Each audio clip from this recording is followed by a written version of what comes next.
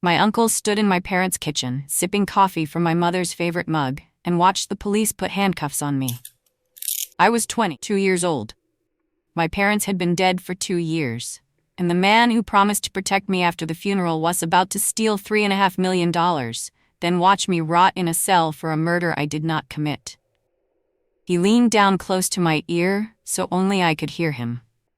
His breath smelled like my mom's coffee. He whispered, "You should have just signed the papers, Hannah." The officer turned my wrists. The metal bit into my skin. My knees almost gave out. I looked at the kitchen table where my mom used to braid my hair before school. Now Marcus was sitting at it, in my dad's chair, drinking from my mom's mug, like he had always belonged there. He smiled at the officer. He said, "Take care of her. She has been through so much."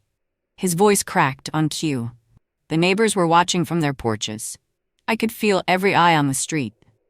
As the officer lowered me into the cruiser, Marcus stood on the front steps, one hand pressed over his mouth like a grieving uncle. What he did not know, what nobody knew, was that my father had left me one small envelope, in one small safety deposit box in one small bank. 10 weeks later, that envelope would bury him. My name is Hannah Blake. Before the next reveal, don't forget to like and subscribe. And tell me your city and local time. It's incredible seeing this community from everywhere. Now let's get back into it. Before all of this, I was nobody you would notice in a crowd. I liked old books and old engines. My dad ran a small engineering firm and taught me how to change the oil in a 1972 Chevy when I was 9 years old. My hands always smelled like grease and coffee. My mom was a high school English teacher. She slipped little sticky notes into my lunchbox until the day I graduated, things like, "Be kind today," and "Don't forget to eat." I kept every one of them in a shoebox under my bed. We were not rich. We were happy, which is different. My dad worked 7 days a week for 25 years. He came home for dinner every single night. He sold his company when I was 20, $3.5 million. He came home with a smaller paycheck and a bigger smile than I had ever seen on his face. He said, "Hannah, I built it for you. Every wrench, every late night, every gray hair, it is yours." He put every cent into a trust in my name. He told me I would never have to work a day in my life unless I wanted to. He told me the world was finally going to be soft for us. 6 months later, the world was the hardest it had ever been, and I learned a lesson I will never forget. The people you trust most are the ones who can destroy you the fastest. It was a Thursday. My mom was driving them home from a small dinner at their favorite Italian place. They had ordered the same meal for 15 years. My dad always said the bread was worth the drive. The intersection was 3 blocks from our house. The driver of the truck had a blood alcohol level 4 times the legal limit. He ran a red light at 52 miles an hour. The police told me my mom probably never saw it coming. They told me it like it was supposed to be a kindness. The phone rang at 9:47 in the evening. I had been doing laundry. I remember the sound of the dryer behind me when the officer said the words. I remember dropping the basket. I remember the sound of socks hitting the floor. I do not remember the next 48 hours at all. My Uncle Marcus showed up at my door the next morning with a casserole and red eyes. He hugged me so tight I could not breathe. He said, "I am here, sweetheart. I am here." I sobbed into his shoulder for an hour. I had no other family. My mom was an only child. My dad's parents were long gone. Marcus was the last name on the emergency contact list. So when he offered to move into the house and help me handle everything, I said yes. He was my dad's older brother. He had my dad's eyes. I thought that meant something. That was the most expensive mistake of my entire life. In the first month, Marcus was perfect. Too perfect. I should have noticed. He cooked. He cleaned. He answered phone calls I could not bear to take. He sat with me when I cried at 3 a.m. over a song my mom used to hum. He held my hand at the lawyer's office when they read the will. He paid the funeral home in cash and waved off the receipt. People at church called him a saint. Neighbors brought him cookies. My best friend's mother told me, "Honey, you are so lucky to have him." I started to believe her. The trust paperwork was complicated. My parents had named Marcus as co-trustee, in case of emergency. That is what he said. I never read the documents myself. I was 20 years old and I could not get out of bed most mornings without forgetting how. Marcus told me to focus on healing. He told me to finish my final year at college. He told me he would handle everything. I let him. He took the keys to my dad's home office. He took the keys to the family safe. He took my dad's laptop and said he was organizing the business files. He took my mother's jewelry box just to keep it secure.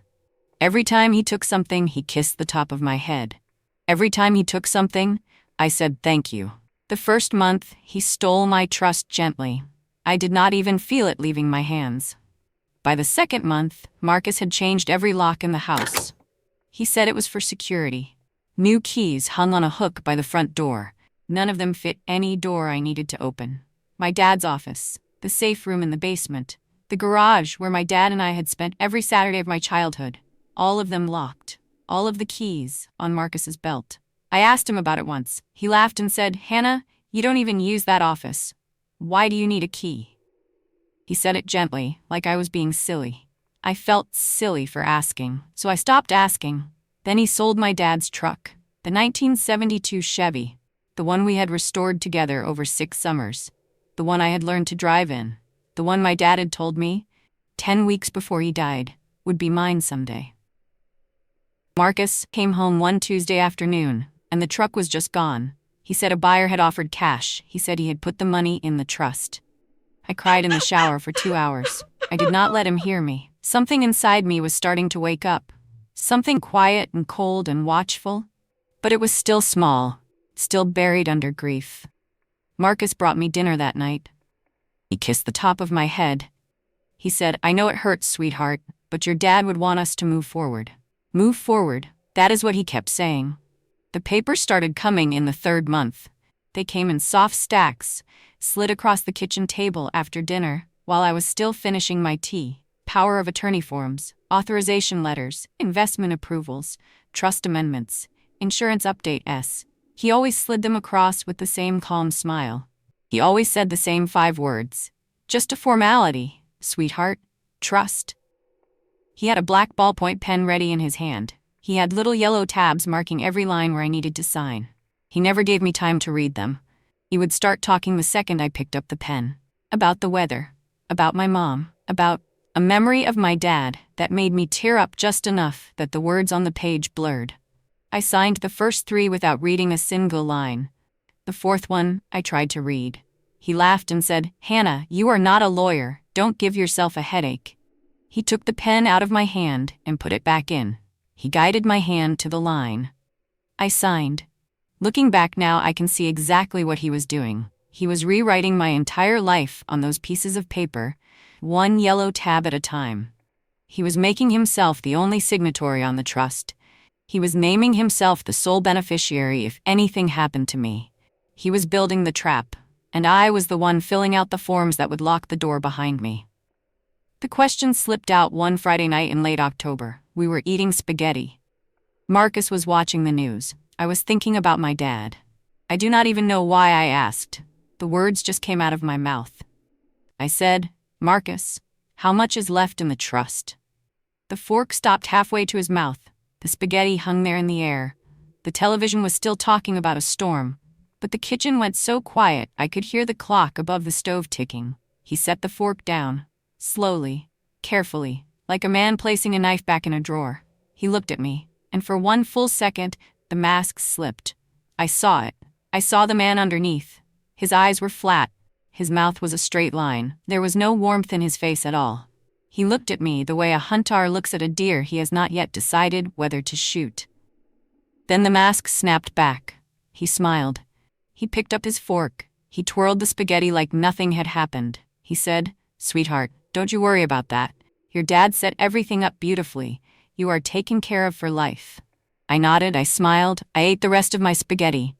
But that night, alone in my bed, I lay awake until dawn, because I had seen the real Marcus for 1 second. And the real Marcus was a man I did not know at all. I was suddenly, finally, afraid.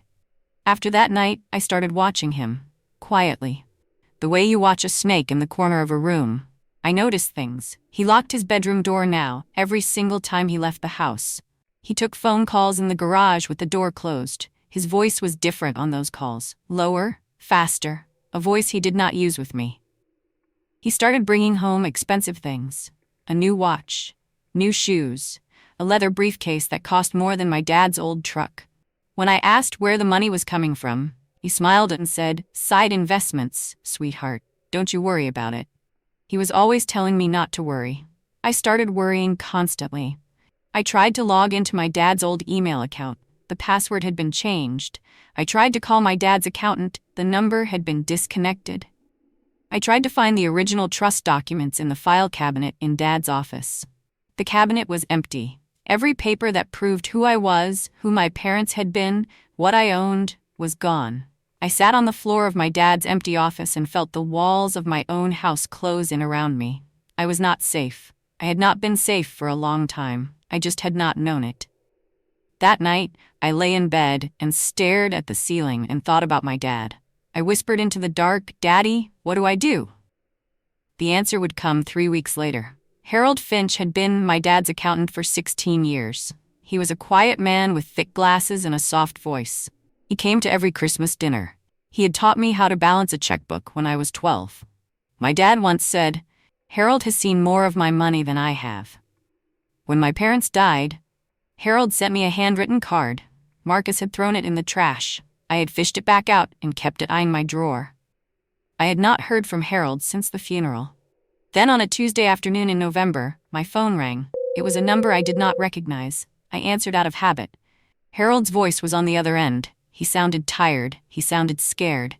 He said, "Hannah, I need to meet with you. Alone, without Marcus. I need you to tell nobody you are coming." My heart started pounding so hard, I had to sit down on the bottom step of the stairs. I asked him what was wrong. He said, "I cannot say it on the phone. Just meet me. There is something your father would have wanted you to see. Something I should have shown you a long time ago."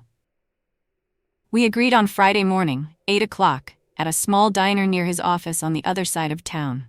He told me to come alone. He told me to leave my phone in the car. He told me to trust nobody. Then he hung up. I never heard his voice again. I told Marcus I was going for an early run. He nodded without looking up from his coffee. I drove 20 miles across town with my hands shaking on the steering wheel. The diner was a little place with red booths and yellow lights. I got there at 7:50. I sat in a booth by the window. I ordered coffee I could not drink. I watched the door. 8 o'clock came. 8:15. 8:30. 9. 10. The waitress refilled my cup 3 times. She started looking at me with quiet pity. By 11, I knew Harold was not coming. I tried calling the number he had used. It rang and then went to a generic mailbox. I tried again. Same thing. I sat in that booth until almost noon. Some part of me kept hoping he had been delayed. A flat tire, traffic, anything. Finally, I paid for my coffee and walked out to my car. I sat in the parking lot for another hour, just staring at the door of the diner, wishing him through it. He did not come. I drove home slowly. I felt sick to my stomach the whole way. When I walked through the front door, Marcus was standing in the kitchen. He was on his phone. He looked up at me and smiled. He said into the phone, "I have to go. She just walked in." Then he hung up. He did not tell me who he had been talking to. That night, I could not sleep. Something terrible was coming. The knock came at 11:47 that same night. I know the exact time because I was lying in bed staring at my phone. 3 sharp knocks. Then 3 more. Then a man's voice, calm and clear. "Police, open the door please." Marcus got there first. I heard his sleepers on the hardwood. I heard him unlock the door. I heard him say, "Officer, what is going on?" His voice was perfect. Surprised, concerned. The voice of a man who had no idea what was about to happen. I came down the stairs in my pajamas. There were 4 officers in the entryway, 2 uniforms, 2 detectives. The lead detective was a tall woman with kind eyes. She asked me my name. I told her. She asked if I knew Harold Finch. I said yes, he was my father's accountant. Her eyes flickered. She glanced at Marcus. He was standing behind me, one hand resting gently on my shoulder, his face arranged into a perfect mask of confused worry. The detective said, "Hannah, Harold Finch was found dead in his car this evening in a parking garage downtown. He was shot once in the head. My legs went out from under me. Marcus cut up me. He held me up. He said, oh my God, sweetheart." The detective said, "We need to ask you some questions." including where you were this morning between 8 and noon. I looked at her. I opened my mouth, and I felt Marcus's fingers tighten on my shoulder. Hard. A warning. I understood everything in that single second. They arrested me at the station 3 hours later. The evidence had appeared like magic. My fingerprints were on the driver's side door of Harold's car. Threatening text messages from my phone had been sent to him for weeks. A witness had seen a young woman matching my description leaving the parking garage that morning. My alibi, sitting alone in a diner I had never been to before, with no security camera that worked, was the worst alibi a person could possibly have. I told them about Marcus. I told them everything. They wrote it down. They nodded politely. They did nothing. The court-appointed lawyer they gave me was a man named Stephen, who had 11 other cases that week. He met me for 9 minutes. He smelled like cheap aftershave. He told me to plead not guilty and to keep my mouth shut. The arraignment was the next morning. The prosecutor was sharp, clean, and angry. She called me a spoiled trust fund kid who had killed an old man to protect a crime. She said I was a flight risk because I had access to millions. The judge denied bail. I remember turning around in the courtroom. Marcus was sitting in the third row, in a black suit, his hands folded in his lap. His eyes were full of tears. He mouthed the words, "I love you, sweetheart." For the cameras, for the reporters, for the world. The deputies led me out the side door. The metal door slammed behind me. The sound is still in my bones to this day. The county jail at 3 a.m. is a place I would not wish on my worst enemy. The lights stay on. The toilets do not flush. Somewhere, always, a woman is crying. Somewhere, always, a woman is screaming at someone who is not there. The mattress was 2 inches thick. The blanket smelled like bleach and despair. I sat on the edge of the metal bunk, and I could not even cry. The shock had hollowed me out completely. My cellmate was an older woman named Denise.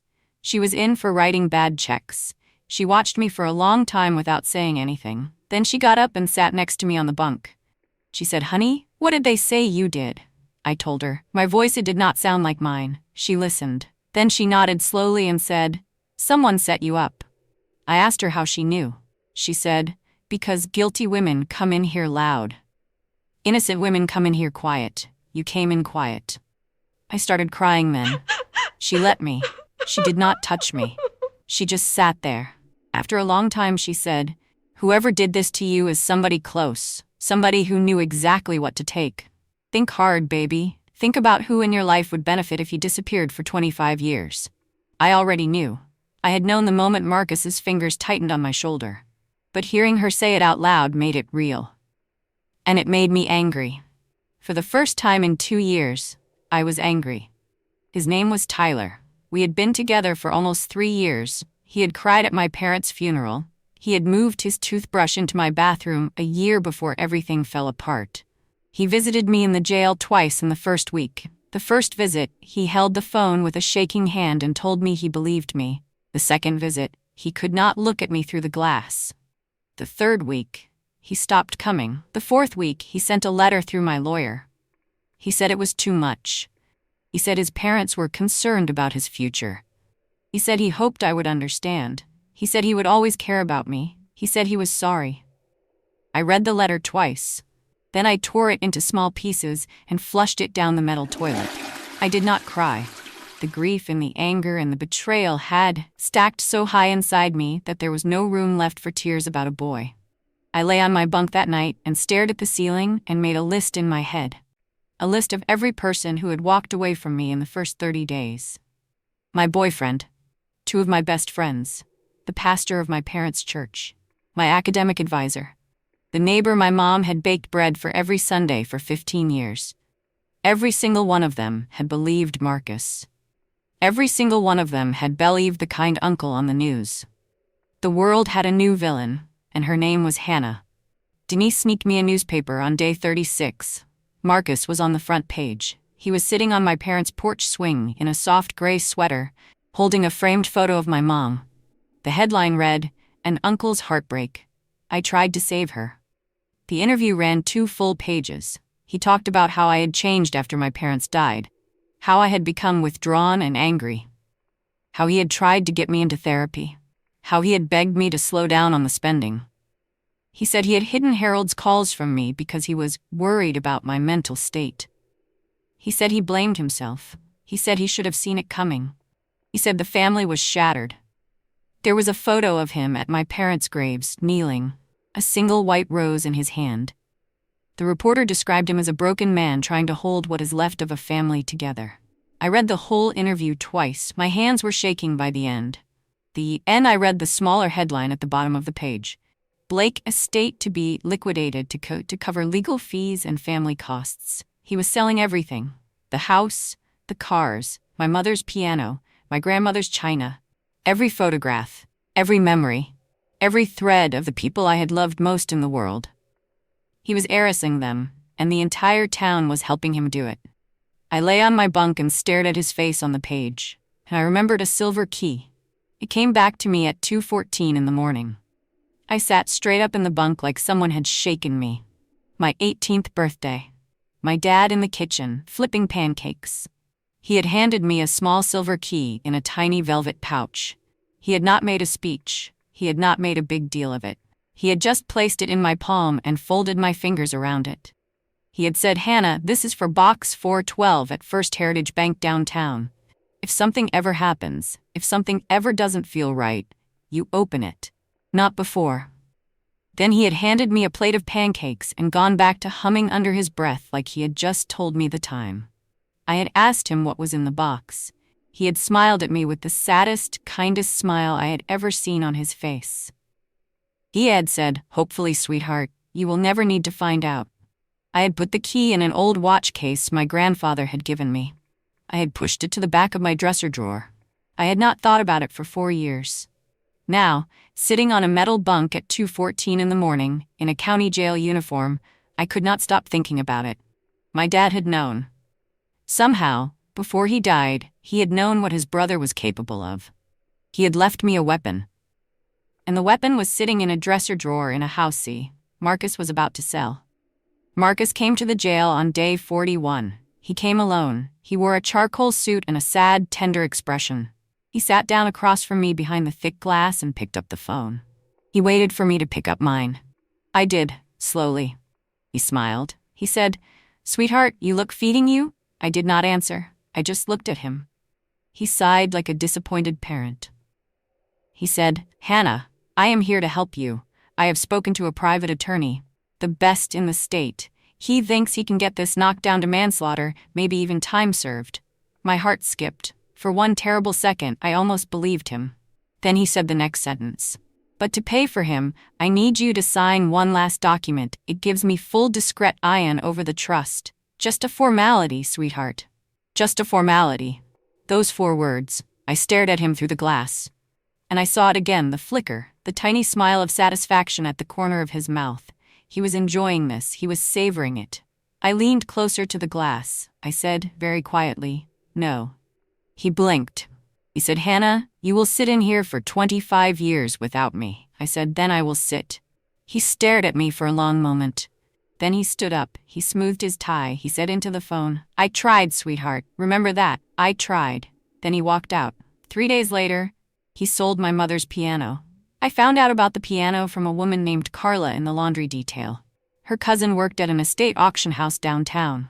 Carla pulled me aside near the dryers and said, "Honey, isn't your last name Blake?" I said, "Yes."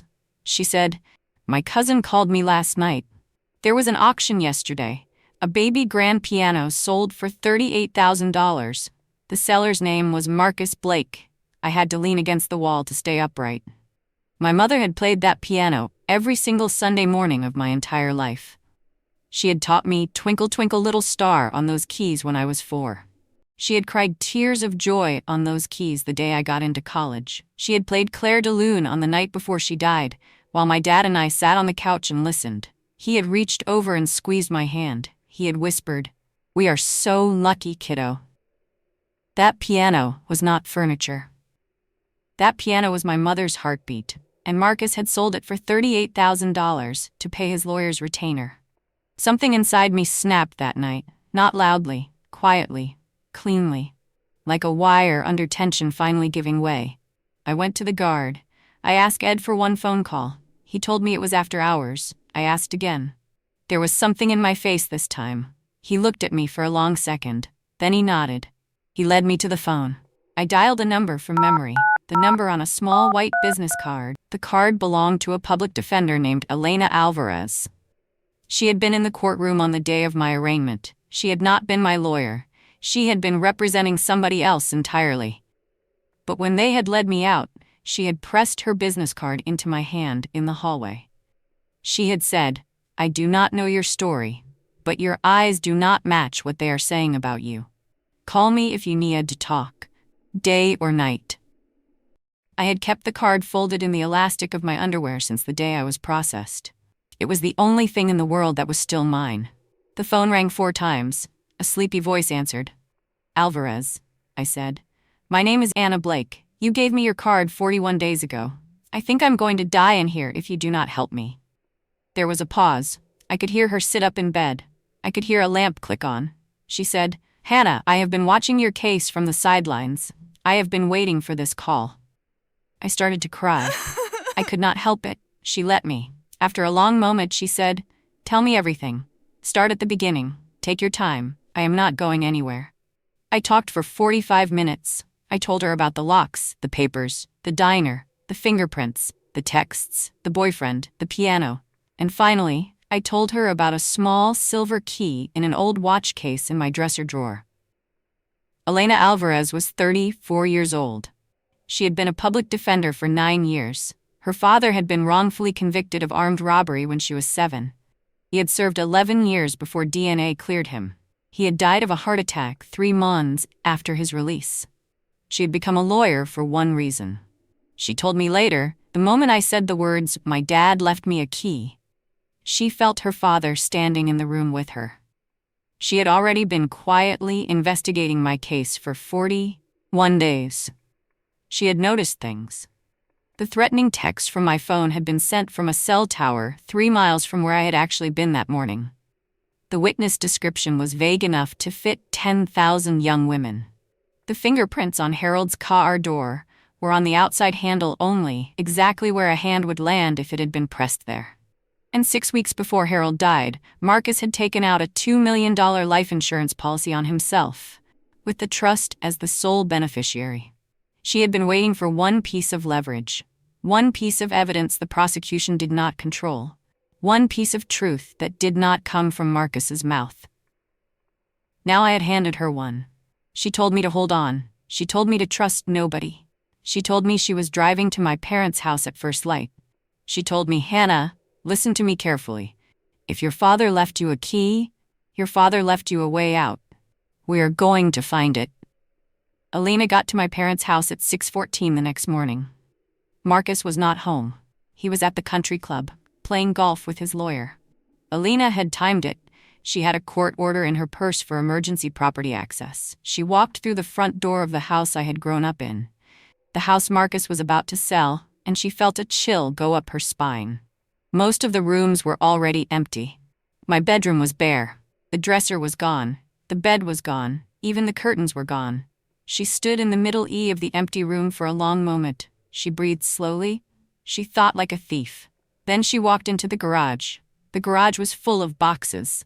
Marcus had been too lazy to drive them to Goodwill. He had labeled 3 of them in black marker, "Donate." Elena dropped to her knees and started opening boxes.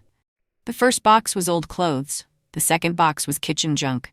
The third box was filled with random drawer contents, pens, coins, a broken watch, a pair of reading glasses, and at the very bottom, an old leather watch case. She lifted it out with trembling hands. She opened it. Inside, on a small bed of red velvet, was a silver key with the number 412 engraved on the side. Elena Alvarez sat down on the cold concrete floor of my parents' garage and loghead out loud. Then she got in her car. She drove straight to First Heritage Bank downtown. She did not stop for coffee. She did not stop for anything. The bank manager was an older woman named Mrs. Patel. Elena showed her the key, the court order, and her bar credentials. Mrs. Patel walked her down a long marble hallway into a small windowless room and pulled box 412 from the wall.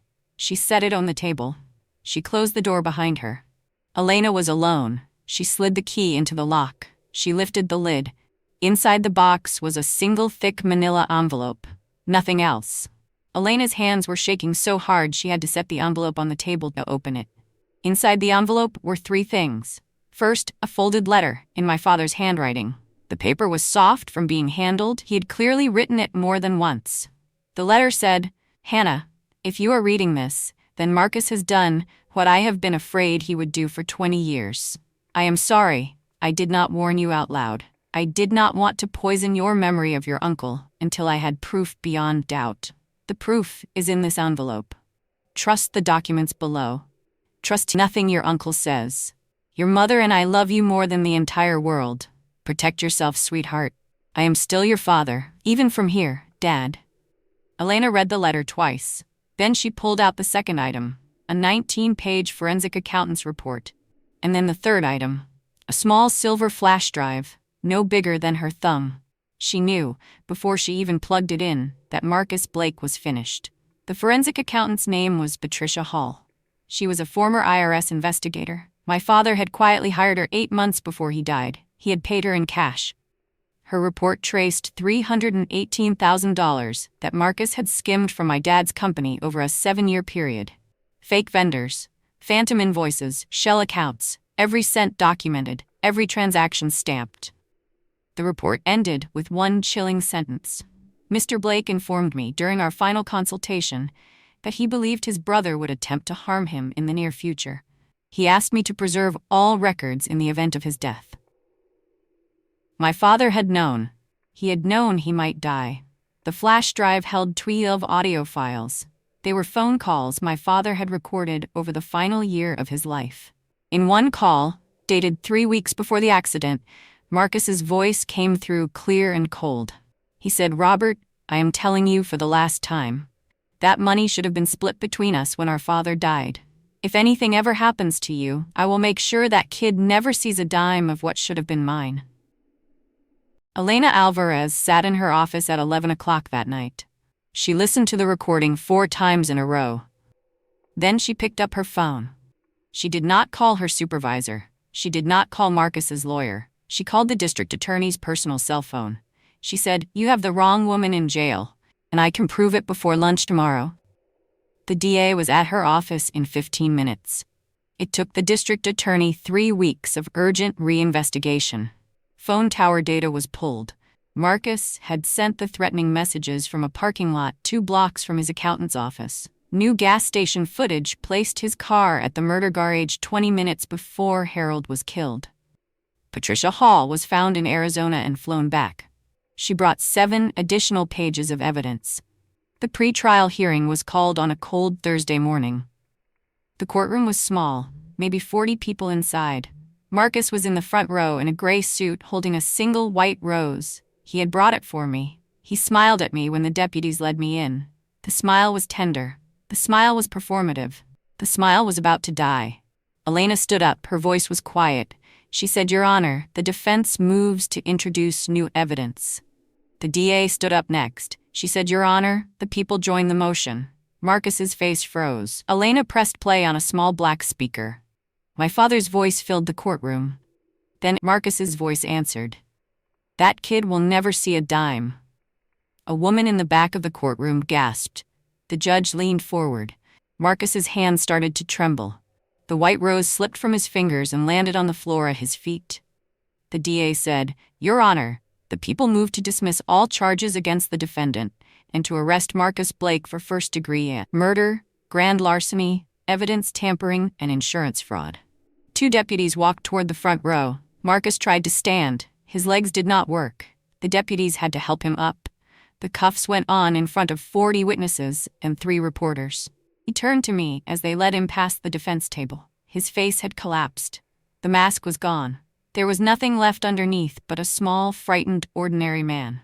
He said, "Hannah, please." His voice cracked. This time, it was real. I did not answer him. I just watched. The trial took 8 months. The jury was out for 4 hours. Life without parole on the murder. 22 additional years on the financial charges. He was 61 years old. He will die in a state prison. The trust was frozen, then restored. Most of the money came back. The $2 million insurance policy was voided. My parents' house was returned to me by court order. I bought back my mother's piano. It cost me $46,000 more than the original price. I did not blink. Elena Alvarez opened her own firm 6 months later. I was her first hire as an office assistant while I finished my degree. I drove out to the cemetery the weekend after the verdict. I put 2 white roses on my parents' graves. I told them everything. I told them about the box. I told them about Elena. I sat there for a long time. On the drive home, I realized something. My dad had loved me enough to protect me from beyond the grave. Some people think revenge is loud. Mine was quiet. 1 small envelope, 1 small box, 1 small bank. If this story struck a chord deep inside you, pour your thoughts into the comments below. And if you've ever had to rebuild your life from the ashes, or you're still quietly rebuilding it piece by piece, you're exactly where you belong. Hit subscribe, leave a like, and stay close for the next story.